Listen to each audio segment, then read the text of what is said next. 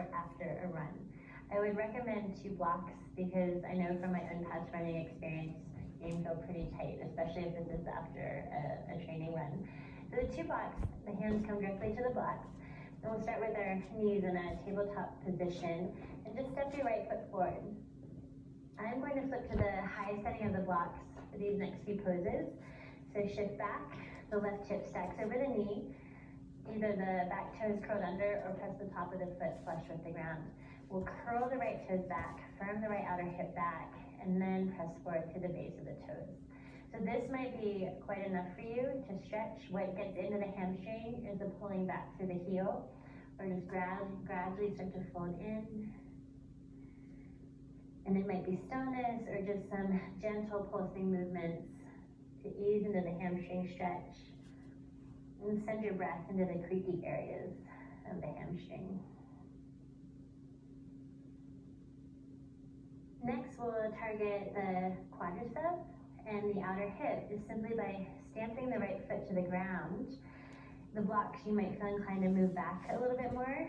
And as you continue to pull the right heel back, just like we did in the first posture, the pelvis starts to lower, and you'll feel the stretch initiate in the left leg area, the front of the left leg area. And when you pull the right hip back and the pelvis deepens into this form, the front ribs pull back and lean up and back through the torso. But continue to add a very subtle lift at the top of your left thigh bone. Again, we're all working with different degrees of tightness. So it's the depth that feels just slightly edgy, but where you're able to still maintain your breathing. And a relaxed face and a relaxed jaw.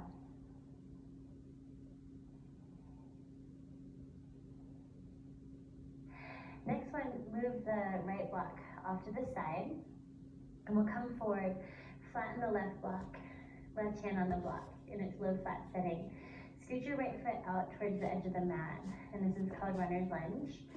And the right hand can come down here to the ground, right second toe points to around 2 o'clock.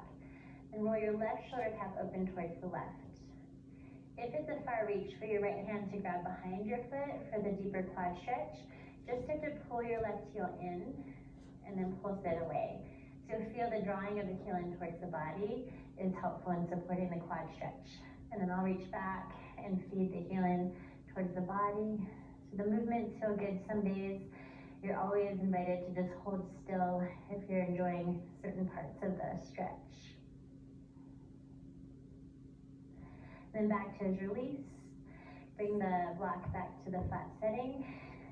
Right knee back, left foot forward, and then here we go for the second side. And I'm taking the high setting of the blocks once more for half splits pose. Press forward to the toe base, drag back to the heel.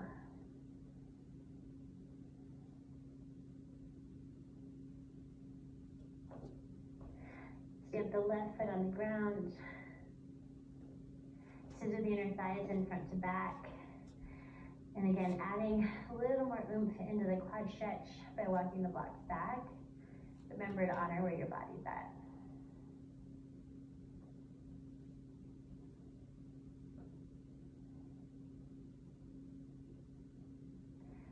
And our last piece, I'll move the left block off to the side and place my right hand on the low flat setting. Toe heel the left foot out, left second toe is at your 10 o'clock point.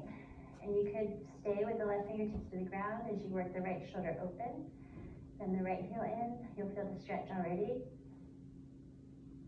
And then go deeper in with the reach back of the hand to the foot. And again, no worries if it's hard for the hand to grab the foot.